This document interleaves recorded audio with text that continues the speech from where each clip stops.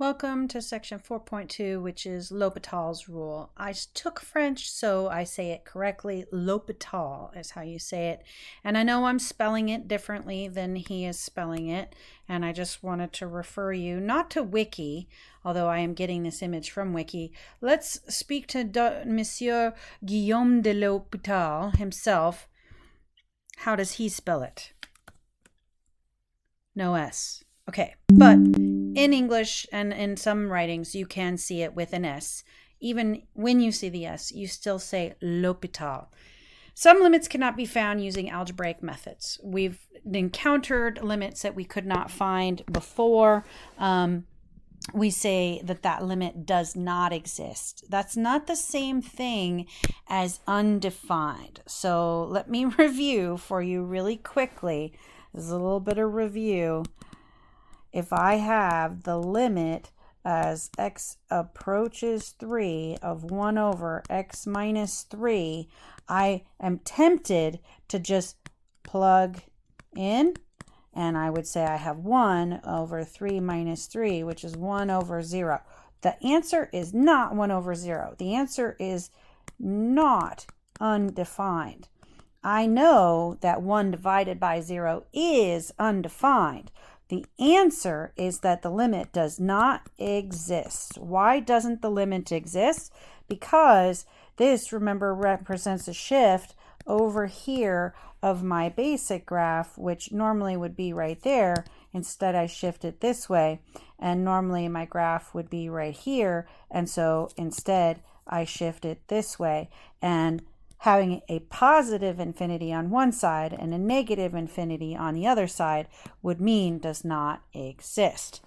So if I'm encountering a situation where I do think that something is undefined, I wish there was a way for me to find the limit of that. Is it a situation like this where there really truly is no limit? Or is there some sort of trick I can use to find that limit without being able to graph or without having to graph? And so Monsieur Guillaume L'Hôpital had this crazy idea where he says, hey, look at a limit, and if you can see that the limits are both equal to 0, the numerator and the denominator, or they're both equal to positive infinity or negative infinity, well then let's just take the derivative. And what he did was he proved that if you take the derivative of the top and you take the derivative of the bottom and you check to see what you get, if it's not indeterminate, if you can actually get a number, it will actually be the limit. Okay, so we want to try this process on many examples. And I will tell you that there are some teachers who would say that this is a BC topic that is useful. Sorry about my handwriting here.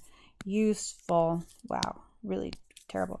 Useful for an AB classroom. Why? Well, we all know how to take a derivative. So if we could take a derivative to get an answer, then we want to do that. So I'm teaching it even though technically it's a BC topic. And by the way, I double checked the old BC book and I'm seeing that there's quite a few more examples. So we'll see what I can do to make a video specifically for BC.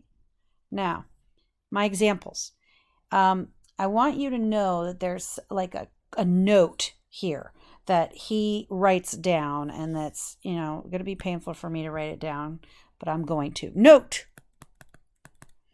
this first step showing both limits are infinity or 0 is required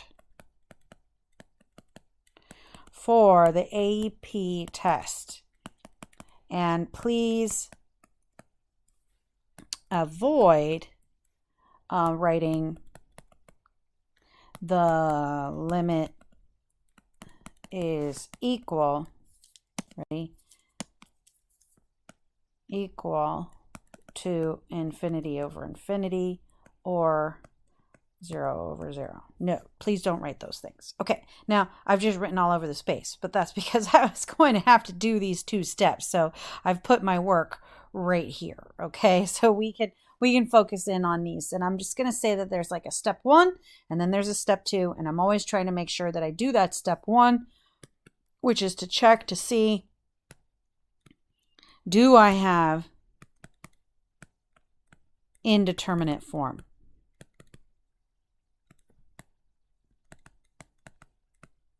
And so I say, let's just take a look at the limit of the top as x approaches infinity. I'm pretty sure that I get infinity.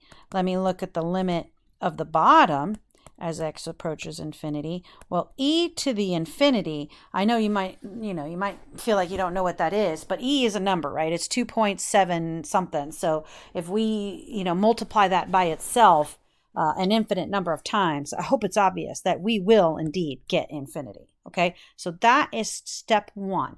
And, Mr. Taylor, when he spoke about this moment, I feel like he must have had a favorite student, who was going to get a 5 and who didn't get a 5 that year, because why not? He missed this point. And he really drove it home that you do have to check to see if you have indeterminate form. And if you don't check, then you will miss some points. All right.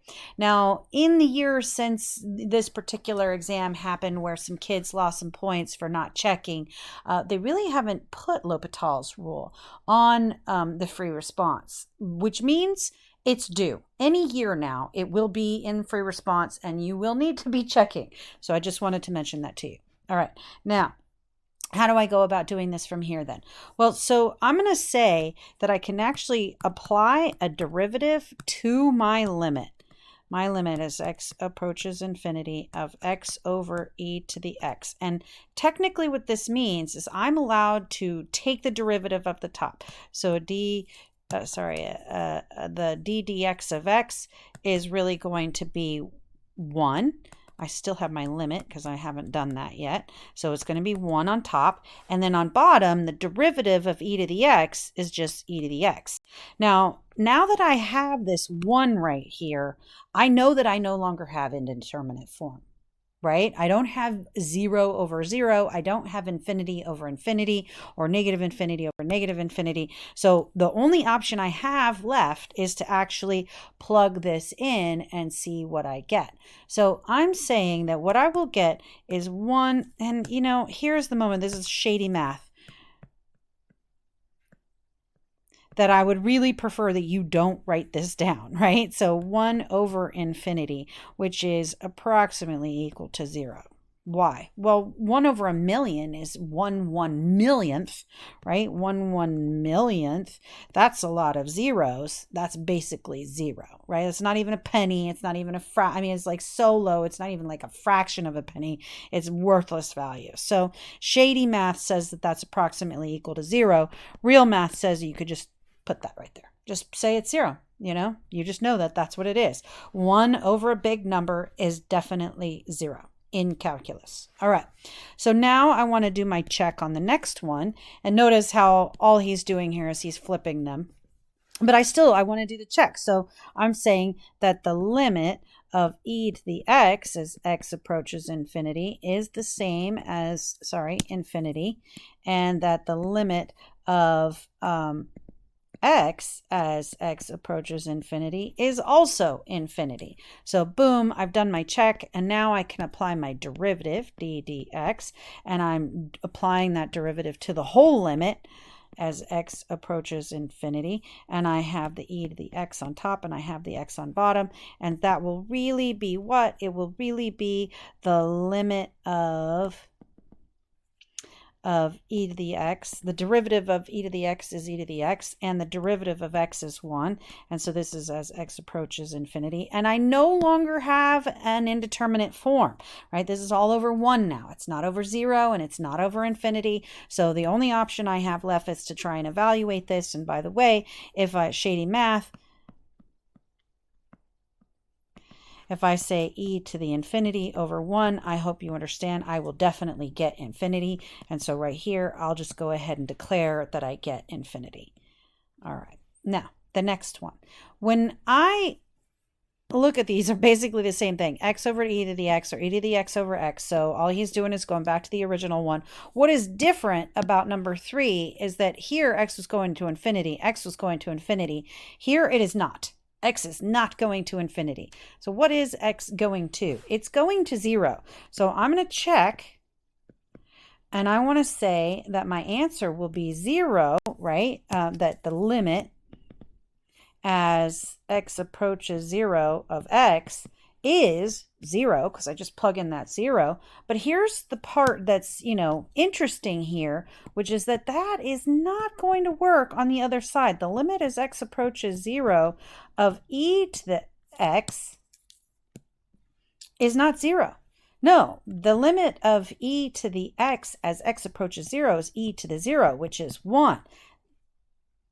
I don't like the way I put that. I'm running out of room over here. Sorry. Let me put it up here. This is really e to the 0, which is equal to 1. So it is not equal to 0. These are not indeterminate.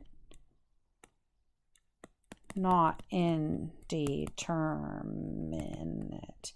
Now, if you do have the time to go and look at L'Hôpital's rules from other teachers, you might see that they do something like this. They say that this is really technically 0 over 1, and that would be true, right? This really is. It's 0 over 1, which the answer to that is 0.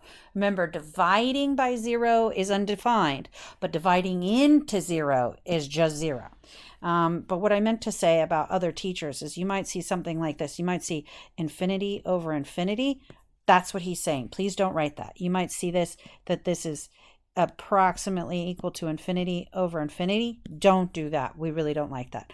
That's what I'm saying. If you do it, try to remember to use the approximation symbol, because that's the part that will get you the points on the AP exam.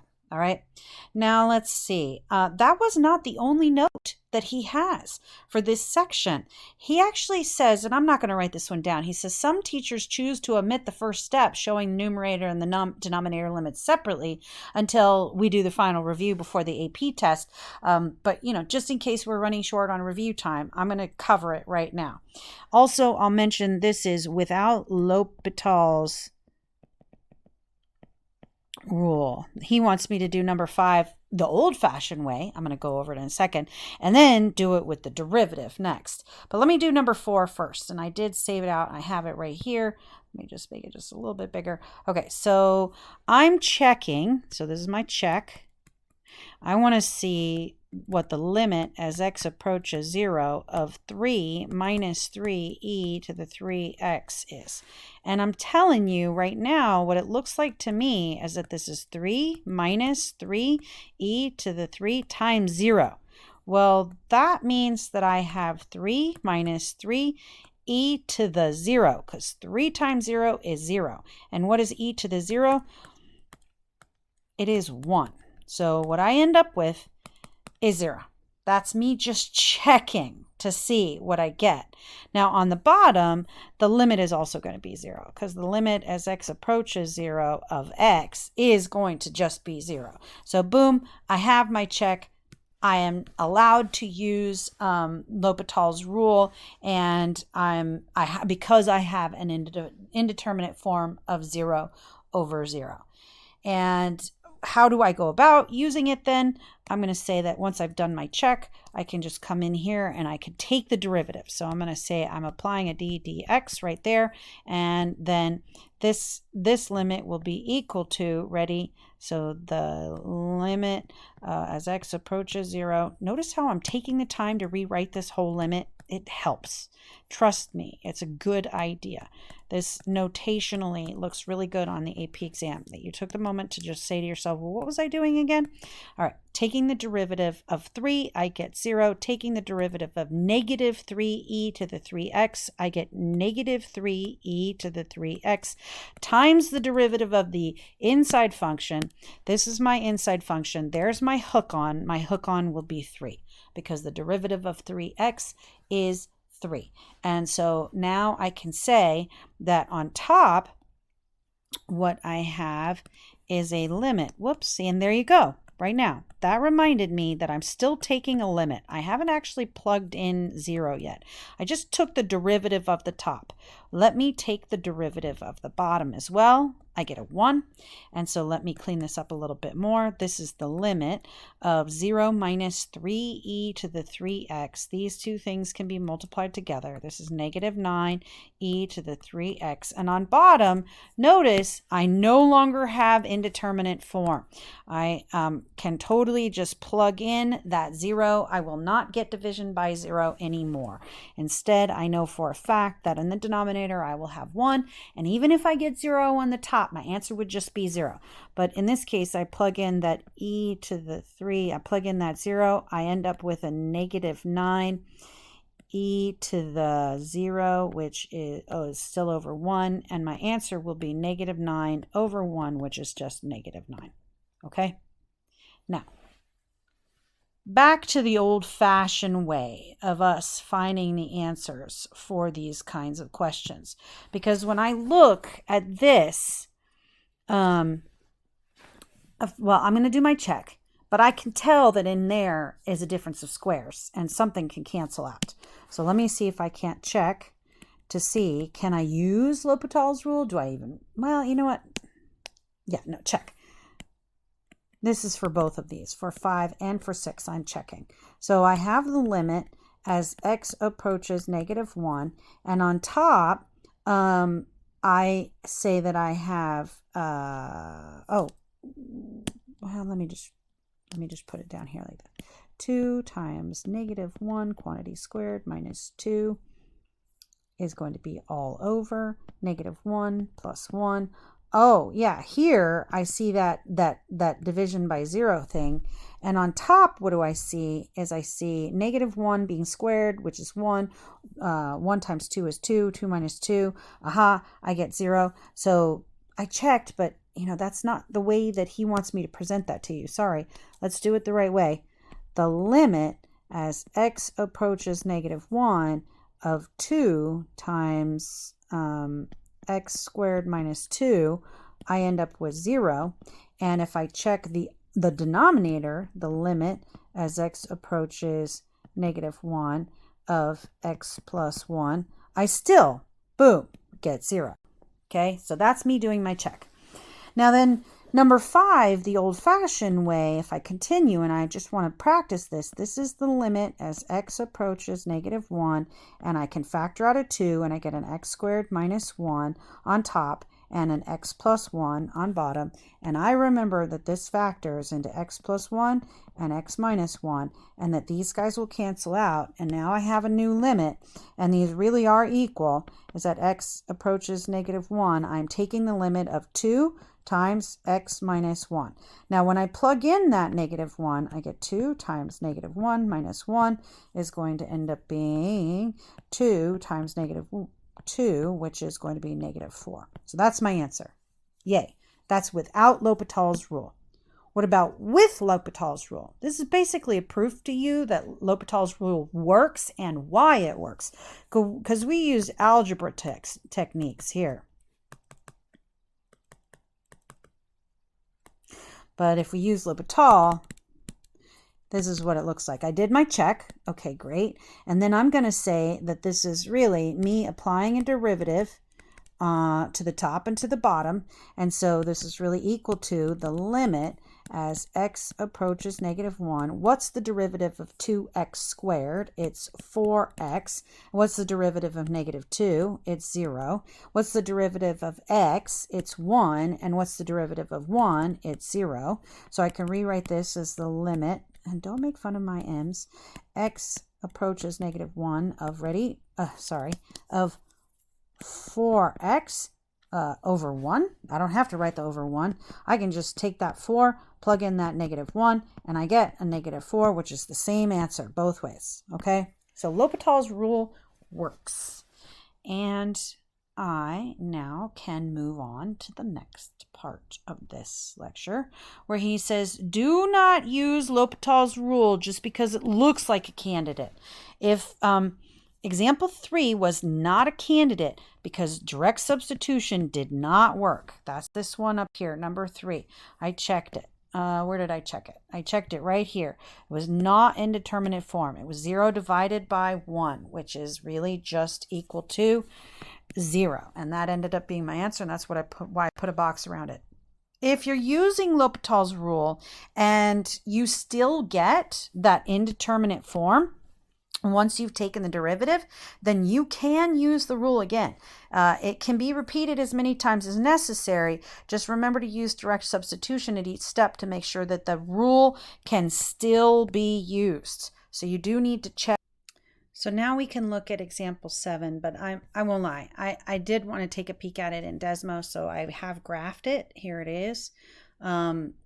Sorry, the graph of the function, if you can look at the graph, it's so easy to tell that up here it's going to positive infinity, and over here it's clearly going to 0. Remember, the limit is the y value, so the height here is almost 0, and as I keep going further and further along, it will get closer and closer to 0. So those are going to be my answers.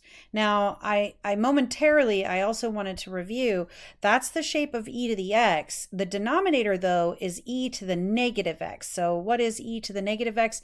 It is a reflection on the y-axis. It's a reflection on the y-axis. So it's the purple line. So as I'm approaching positive infinity, I would get 0. As I approach negative infinity, I should get a positive infinity. It's getting very, very high as I go more and more negative, right? As I go more and more negative, the value becomes taller and taller. All right, so just wanted to review that before I actually do the question. And so I'm trying to do my check, and I'm guessing I'm going to have to take the derivative of a couple of times here because I've got an x squared. So that kind of gives me a hint, right? So I'm saying that the limit as x approaches negative infinity of x squared, well, remember that x squared looks like this. So that, in this direction, it is approaching positive infinity. And I just showed you the graph. So the limit of x as x approaches negative infinity of e to the negative x also approaches positive infinity. So they both approach the same thing. And now that was my check. And I am allowed to use L'Hopital's rule, which means I'm applying a derivative to the top and to the bottom. And so I will say that this limit is really equal to this new limit as x approaches negative infinity of, what's the derivative of x squared? It's 2x. What's the derivative of e to the negative x? Well, it's e to the negative x, but don't forget that I have to multiply by that -1, which is the derivative. dx of negative x should be a -1. So there, that's my hook on. Remember, that's my hook on from the chain rule, that I have a hidden internal function there that I have to take the derivative of. So this is really the same thing as the limit as x approaches negative infinity of 2x over negative e to the negative x. And now I want to do the check again and see, am I still indeterminate? It turns out that I am, because when I check as x approaches negative infinity for 2x, I'm just graphing that straight line, and it's definitely going up to positive infinity. And then if I check the next one here, I say that I'm checking the limit of negative e to the negative x, and I'm checking to see as that approaches negative infinity. Remember, looking at my graph one more time, that guy is definitely going towards positive infinity, and so I'm going to write down that's my indeterminate form on top and on bottom. So go ahead and apply a derivative again. And let's see, I want to apply a derivative again. And so I'm saying that what I get is the limit as x approaches negative infinity. What's the derivative of 2x? It's 2. And on bottom, hey, this thing just flipped signs. So it's just going to flip signs again. Because if I take the derivative of e to the negative x, I get negative e to the negative x, but I already had a negative there, so there's 2 negatives. So let me write whoops, let me write that down for you, d dx of negative e to the negative x, I should get this piece back, e to the negative x, and there's a negative out in front, but then I have that chain rule hook on that I have to do, which means that I have a negative times a negative 1 times e to the negative x, which means that's really just a positive 1. So there, that's why that's positive right there. All right, and on top, one more time, let's say I do not have indeterminate form anymore. I now have an actual number on top, and on bottom, what is the limit as x approaches negative infinity of e to the negative x? Well, it is going to be what? Hold on a second. Negative infinity of e to the negative x. Well, you know, I want to say that this is the same thing as negative infinity, because I have been, right? I have been saying that. Or sorry, positive infinity. But the thing is that I need to be just a little bit more tricky here. So I'm going to say that this is really 1 over e to the x, which is a regular function, right? We remember what this looks like in Desmos. It's this guy right here. Only it's 1 over. So it's 1 over that. And that does not have the behavior that you think it does. Whoops. Hold on a second. So this is 1 over e to the x, and I don't want that anymore. What does that graph look like? 1 over e to the x? Aha! As we are going to infinity, well, hold on a second. 1 over e to the x. Now hold on, think about this. This is 2 being divided by 1 over e to the x, right? Well, I'm supposed to flip that and turn it into a multiplication problem. And now what I really have is 2e to the x. And when I graph that, 2e to the x, you should be able to guess, aha, that new function right there. I'm turning off this one. I'm turning off that one. Hey, as I head towards infinity, I get infinity. But as I head to negative infinity, what am I getting to? I'm getting to 0. So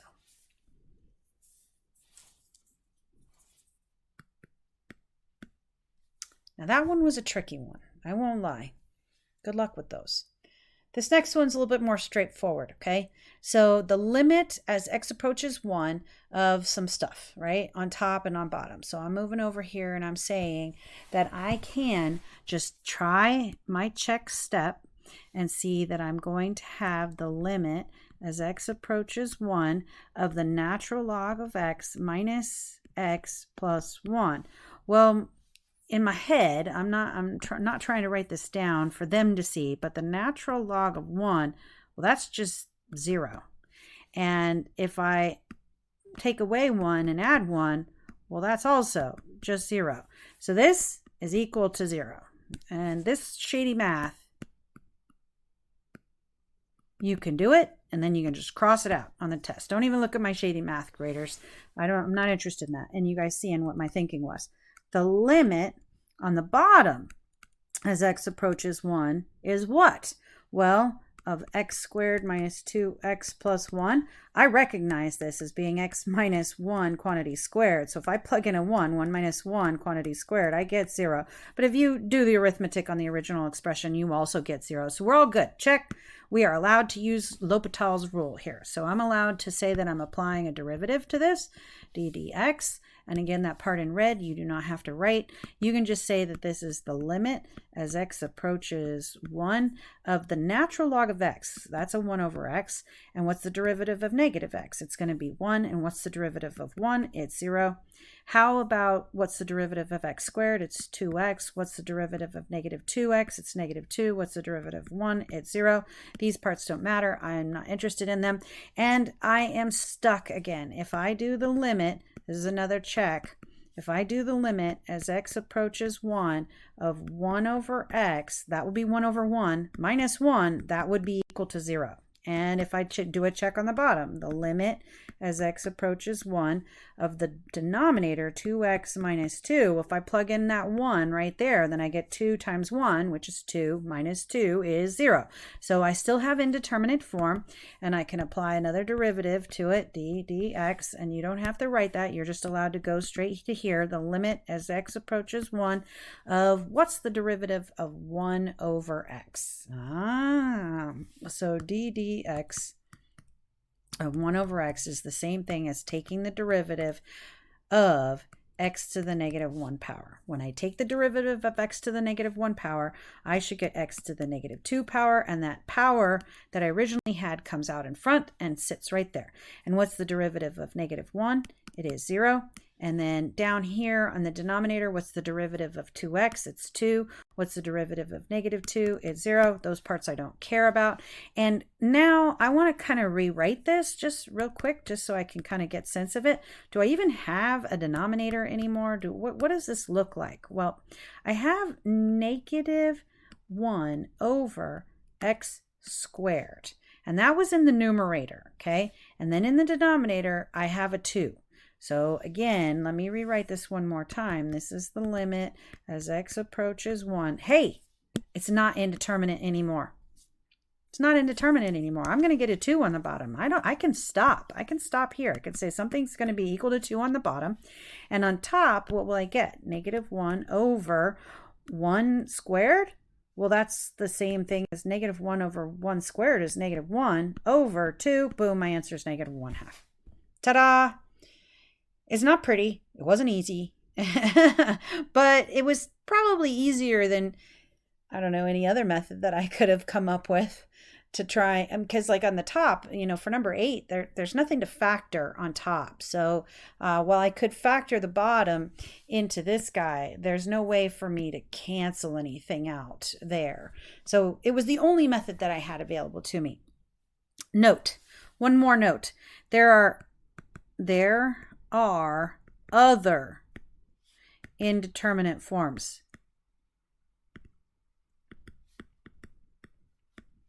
There is 0 over infinity, there's infinity over 0, and there's a couple of others. And so if you're interested in them, you can just Google indeterminate forms that are different from these. These are the ones that appear on this AP exam. And it depends on your professor how interested in other indeterminate forms they are, whether or not they might test you on that when you go to college. All right.